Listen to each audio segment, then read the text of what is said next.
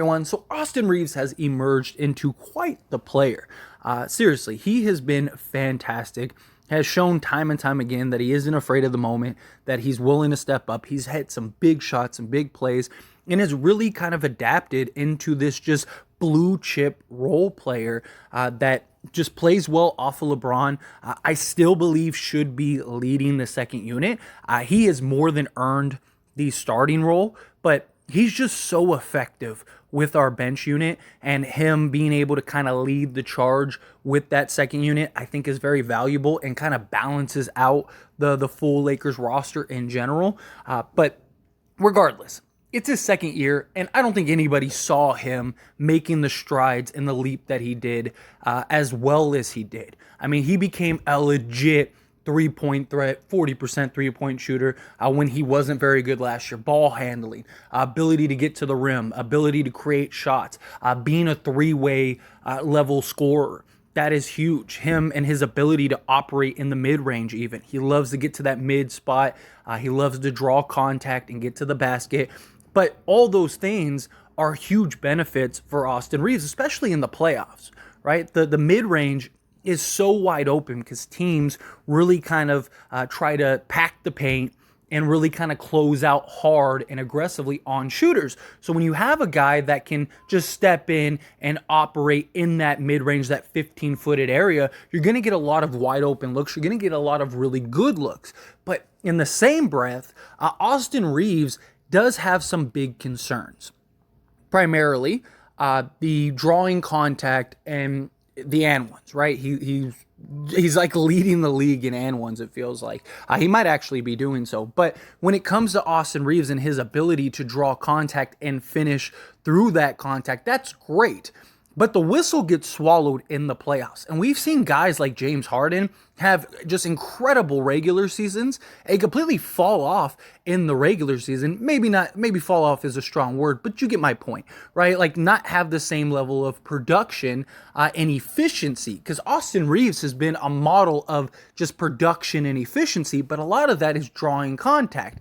He's giving you 17 points a game on, 8 shots, but it's because he's getting 10 free throws a game. If that dries up, is Austin Reaves going to be able to adjust his game to when he can't draw contact? Especially a Memphis Grizzlies team who's really going to be physical with him. I imagine are really going to try to expose him as a novice player, as a guy that hasn't been to the playoffs, and that's something else of a concern. Now, again, Austin Reaves, time and time again, has seemed to not have been afraid of the moment. He's hit game winners. He's hit big shots. He's closed down the stretch for the Lakers. He has done a lot. But we saw in the Timberwolves game, right? In the Timberwolves game, he had a rough game. 1 of 5 from 3. 4 of 13 from the field overall, 12.6 rebounds and 3 assists. He also had 3 turnovers, so basically kind of neutralized his assists, and he just looked rough out there. Now, a lot of that was the team in general, outside of like LeBron, AD, didn't really look great, and then Dennis Schroeder really emerged in that second half. Rui was nice in spots in the first half. Defensively, he was great in the second half. So it could just be attributed to like, hey, it was a bad game for everybody. We still got the win. It was still huge. And now we're on to the Memphis Grizzlies. But there is that concern of like Austin Reaves hasn't played in a playoff game. And this is going to be his first playoff game. And is he going to be able to make those adjustments? Is he going to be able to adapt?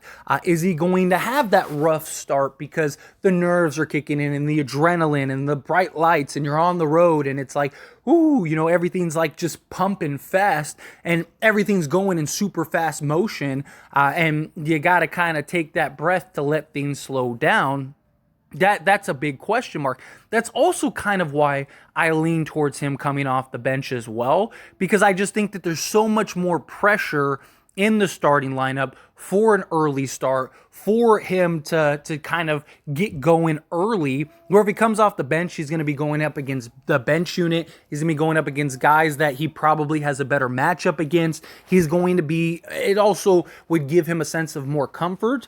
But then there's the argument the other way of like, hey, just throw him into the fire and let him figure it out. Let him get through those nerves. Let him get through those those questions, right? He's going to have LeBron James. He's going to have Anthony Davis, two guys that have the experience and have been there to kind of calm those nerves and, kind of take them under his wing and say, hey, it's going to be okay. Take your shot. Don't worry about it. Don't think about it. You're thinking about it too much. Take yourself out of it. Let's go. Get it. All of those things to kind of instill that confidence. He could just start out balling. You know what I mean? Like, again, he's been great. He has really emerged, especially in this second half of the season, has just evolved into just this efficient, incredible playmaker / scorer, and his ability to defend. I think that's going to be huge and massive. I could see him having a guard Ja on some occasions, hopefully not too much, but him on guys like Baines. Baines has the ability to really go off and hit the three ball and start scoring. He's picked up his scoring.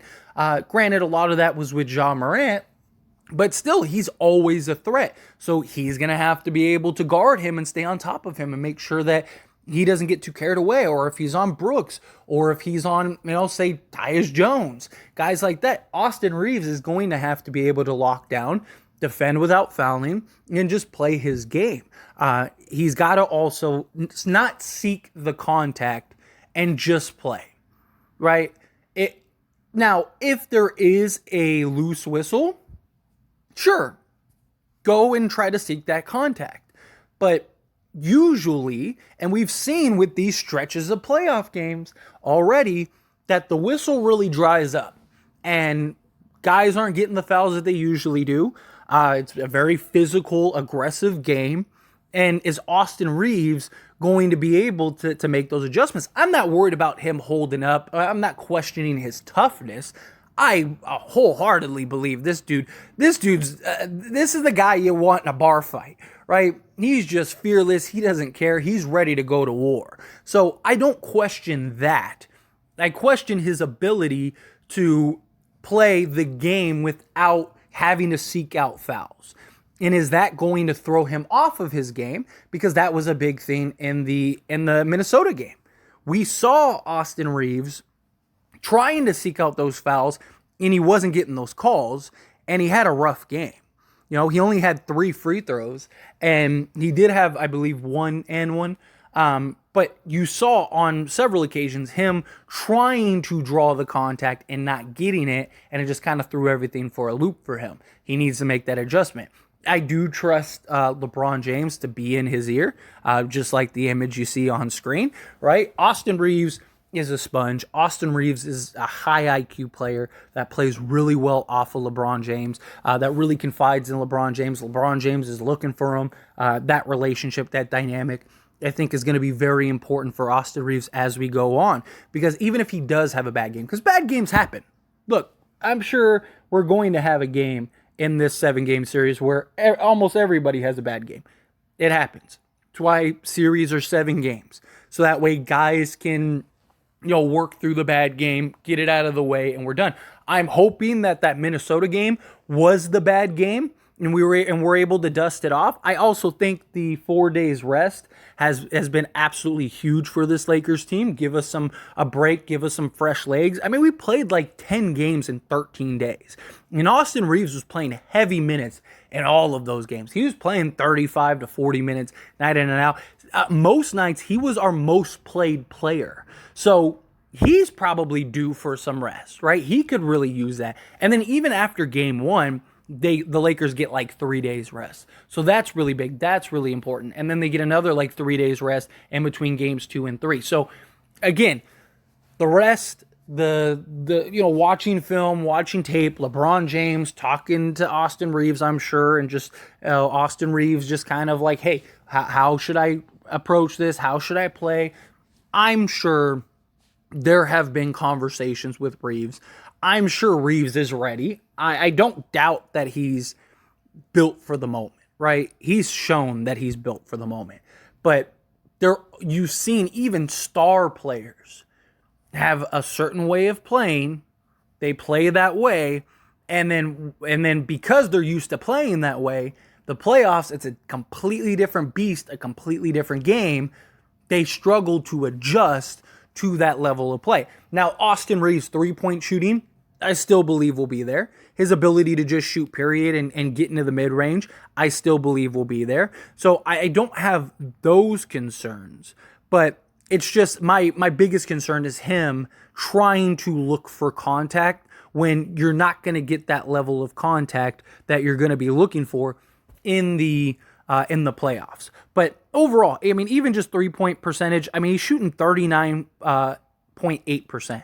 So he's basically shooting 40% from three on 3.5 attempts. He's got to knock those down. He's got to stay consistent. I wouldn't even mind that being bumped up to like 5 attempts.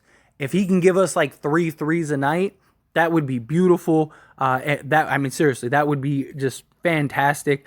His EFG is 61%. His 2-point percentage is 63%. So the guy is efficient. The guy is effective. He has the ability to knock down shots. He can play make, get some assists. He's great at getting steals and just being hard-nosed. All right, he's given us 3.5 assists per game. I mean, everything has doubled for Austin Reaves between year 1 and year 2. Like, look, let's really break this down. So, points. Year 1 was 7.3. Year 2, 13. The steals are the same. The blocks are the same. His rebounds are roughly the same. But his free throw percentage went up 3%. His free throw attempts doubled. And his efficiency doubled.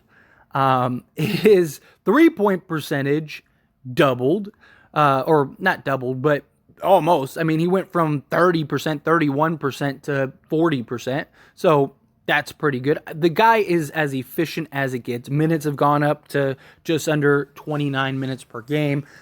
The guy has the talent. The guy can absolutely do what we need. He has the toughness.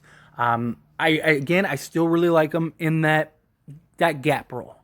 I do. I think that bridge role, that gap role, whatever you want to call it, I think that role is perfect for Reeves, especially in the playoffs, and especially for him, this being his first playoff series.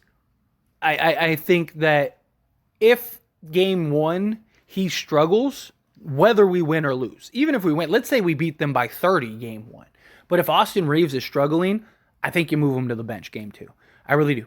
And I think you just tell Reeves, hey, it's nothing against you. We need you on the bench. Right? Especially if our bench production isn't great. Like, that can be your argument. Hey, Reeves, look, buddy, we need you. Manu Ginobili, Lamar Odom, guys like that, more than deserving of the starting unit, but they were just so vital and so crucial to the bench role. We need you to play that role, at least for this playoff series, at least for this run, and then go that route. But regardless, my guess is he starts. I really do think he'll end up starting. And my guess is that they'll have Vando on Ja. Reeves will likely guard Baines. D'Lo will probably guard Brooks. LeBron on Tillman. And then Davis on Triple J.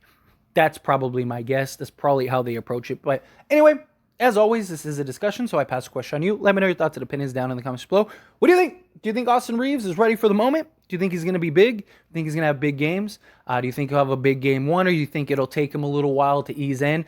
I have faith in him. I think he gives us at least 15 tomorrow. I really do. I think he gives us at least 15. And I think he has at least a solid game. Maybe not a great game, maybe not the most efficient, but I think he has at least a game that you can go, okay, like Reeves showed up. Reeves showed up to play. I think he'll be one of the guys to really show up. But again, love to hear your thoughts and opinions. Let me know down in the comments below.